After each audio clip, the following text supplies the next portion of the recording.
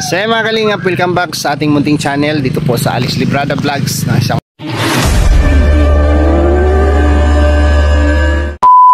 mapagpalang araw po mga kalingap, gabi, umaga sa ating lahat sa buong mundo. Yan, so ngayong araw po mga kalingap ay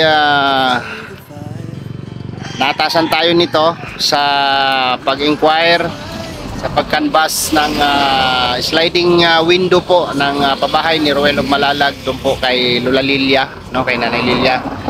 At matagal ko na ito, nakarang araw ko lang ito in-inquire o kinambas at napresyuhan na po nila. So ngayon po pupuntahan na natin at approve na si Ruel doon sa presyo nila. So magbabago pa ito. So sa 12,000 na presyo nila sa sliding door pwede pa ito magbago at hindi naman lahat sliding ang ipapagawa pala ni Dodong. So yung dalawa jealousy at yung dalawa ay sliding window. So ngayon po mga kalingap ay alamin natin kung mababawasan pa ba yung estimated nila price, yung presyo nila na binigay sa atin. At nawala po kasi yung suki namin na si Dan, no? Yung tagagawa po ng sliding window tuwing may pabahay si Ruel of Malalag. So wala na siya, so hindi na natin dito sasabihin kung saan na siya napunta. Basta stop siya ngayon, wala siya ngayon, hindi na natin siya makagilap ngayon. So nag-inquire tayo, naghanap tayo ng iba. So andito tayo ngayon sa Alawihaw pa rin or boundary ng Dugungan, no? At ito po ay pagawaan din po ng salamin at tawag nito is the aluminum glass, no? Nandito po tayo sa kanila at nakapag-inquire na po tayo dito mga kalingap. So ito po, no, kahit wala si Dodong Ruel ngayon dito sa Dait at sa Maynila po sila, ay may gumagalaw, no, patuloy yung project ni Dodong sa kanyang pabahay sa pamamagitan ng Raw Boys, no, sa member, no, Raw Boys sila. Toto naman at ni Kalingap Victor ay nagpapalo up, nagdadala ng materialis doon kung anong yung kulang doon. So habang wala si Dodong ay lalakarin natin yung dapat lakarin kasi ready ng kabitan ng bintana yung bahay. At ngayon po ay itutuloy natin yung atong order natin dito. So ayan po siya, dito po tayo sa SD aluminum glass. So tara po mga kalingap, no, samahan nyo po kami. So ayan po mga kalingap, nandito po tayo, tabi lang po ito, kanakalagitnaan ng Alawihaw at saka Dugungan. So ito po yung pangalan ng kanilang pagawaan, no, SD aluminum glass. So dito po tayo nag-order nakaraan. So bro, yung pina-estimate ko pala napresyuhan ng 12 plus, tama ba? 12 plus. So hindi pala yun sliding lahat. Yung maliliit sa likod, sino ba yung kasama ko nagsukat? Nag-uwi. Nag-uwi. Yung sa likod na dalawa jealousy siya, tapos yung dalawa sliding window. So pwede pang mabawasan yun. Mas mababa yata ang presyo ng jealousy kaysa sliding window, mababawasan. So hindi kasi natin alam kung ang harapan kasi ang magiging sliding window, yung harap, yung dalawang bintana sa harap, yun yung magiging sliding. Yung sa likod magiging jealousy. So ano kaya ang magandang gawin? Kasi guguna namin papagawa na namin Ano bang sistema pagka may kailangan ba namin mag-down o Kasi wala pa yung yung boss ko nasa Maynila pa siya. Siya yung may hawak ng budget. So sabi niya kung pwedeng ipagawa na lang. Siguro mga bukas siguro naman ibabalik na rin sila. Ano kayang maganda? Sabihan ko. Oo. So pwede siyang kausapin.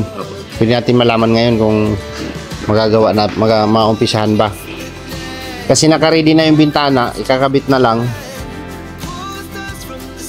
Ang problema yung nagsukat, bro, yung nagsukat doon. Kasi hindi natin alam kung anong sukat ng harapan.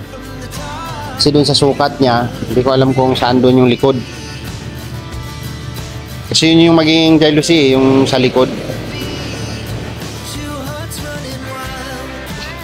Ang pagka mo na nagsukat.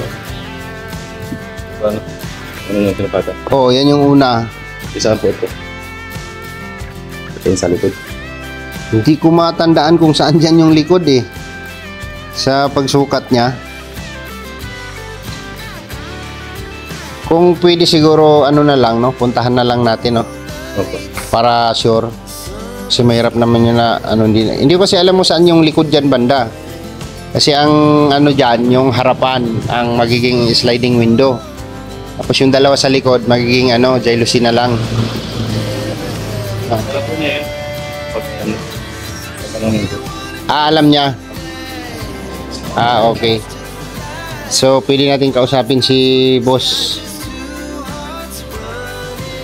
Yan, tatawagan po nila yung boss nila, mga kalingap, no? At para maumpisahan na ng ano, mga ganun bro, mga ganun ka apat na yon, mga ilang araw kaya ang hihintay namin. Okay, mabilis lang yan. Hindi naman abuti ng mga isang linggo ganun. Okay. So dito po mga kalingap ay ano po ito, pwesto talaga nila, no? Malaking pwesto. At siyempre nandiyan na sila, may mga gamit na sila diyan, kompleto na sila. Unlike po doon sa suki namin ni Dodong na gumagawa, sarili niyang pwesto, nasa bahay lang siya. Tapos hindi ko alam kung anong diferensya sa presyuhan nila dito pagdating sa presyuhan, no? Kasi wala na po si Dan, hindi na po namin mahagilap yun. So ayun, dito na tayo lumipat, no, sa kanila. Wala.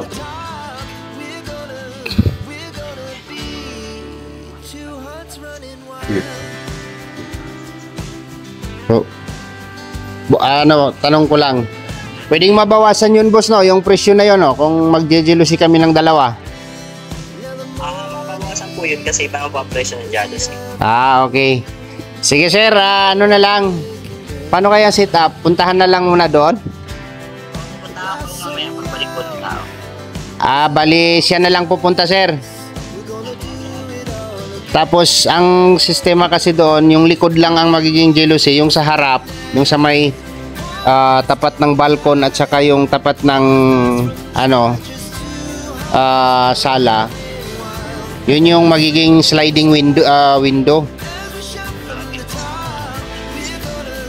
Kasi dapat ano, maturo ko rin. Sneaking sa likod natin jealousy. Sa likod na bintana yung jealousy. Dalawa lang naman yung sa likod, tapos yung sa harap, yun yung magiging sliding. Okay, sir, pwede na namin pa-start yan, sir, no? Tapos, ano? Paano may kalahati? Kalahati yung ida-down. So sa down, sir, siguro hindi ko maano ngayong araw or bukas. Kakausapin ko muna yung may hawak ng budget. Sige po, sige po. Pero pwede nang umpisahan yan, sir. Hindi po namin pati yung estimate na ayun saan. Yung sa Final na natin. sige sir, bali yung presyo nyo na sinend sa akin, send ko na lang din po kung ano yung adjustment nyo po doon. Sige sir, yung tao mo na lang na nagsukat doon ang pupunta. Apo, sir. Para malaman niya yung sukat nung sa likod, kasi nalilito din ako dun sa sinukat niya kung saan yung harap o saan yung likod. Sige. Okay sir, thank you sir. Okay, so ganoon na lang boss. Kung kailangan namin mag-down, kailangan namin mag-down bago maumpisahan? Pwede mo pa Okay. Hindi po ng pastor yan. Kaming tatlo lang po. Nabalik na po. Ibibigay ko yung, mabibigay siguro namin yung down bukas or sa sunod na araw. O bukas. Basta ngayon kakausapin ko muna yung may hawak ng budget. Ha? Kasi nasa Maynila pa siya eh. Pabalik pa lang sila bukas, siguro babalik dito. So, yun lang, bro. Shoutout ka sa vlog ko. Alex Librada. Thank you po. So, nakapag-order tayo dito para final po yung order natin para magawa na siya. So, kailangan ng kalahating down, no? Para umpisahan yung gawa.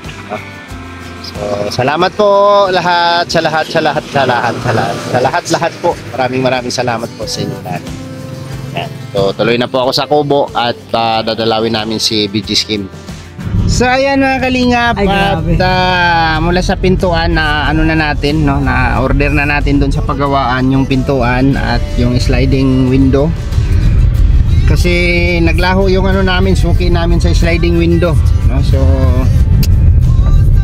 hintayin na lang natin yung ano, kung anong feedback ni Roel doon sa down, kasi para magawa yung sliding window. Hindi daw gagawin hanggat walang down ay kailangan daw ng down para sureball. Wala tayong magagawa, yun yung ano nila eh, diba? So ayan, dito tayo nag-end ng ating vlog sa loob ng sakyan ni Maya, no? Tayo sa loob ng sakyan ni Maya outro. Sama natin si Alpi TV. Ayan. Hello, shout out. God bless sa lahat. Ayan. At siyempre si John Rivera, si Tuto. Shout out po. Ay, grabe naman yan. At yung ating driver ngayon, si Kalinga Victor. Hey, good morning. Driver ni Maya. So yan, hanggang dito na lang muna yung ating vlog mga kalingap. Maraming salamat po sa inyong suporta at pagmamahal po sa aming lahat. At kahit wala si Dodong ay gumagalaw yung ano natin, gumagalaw yung project niya. At sila naman ni Alpe at ni Toto Victor ay naghahatid ng anong kulang doon sa pabahay ni Dodong. So ayun, kahit sa Manila si Dodong ay continuous yung ano, yung tuloy-tuloy yung trabaho ng kanyang pabahay. So, thank you po sa inyong lahat. Bye-bye and see you next vlog po mga kalinga. Bye-bye and God bless.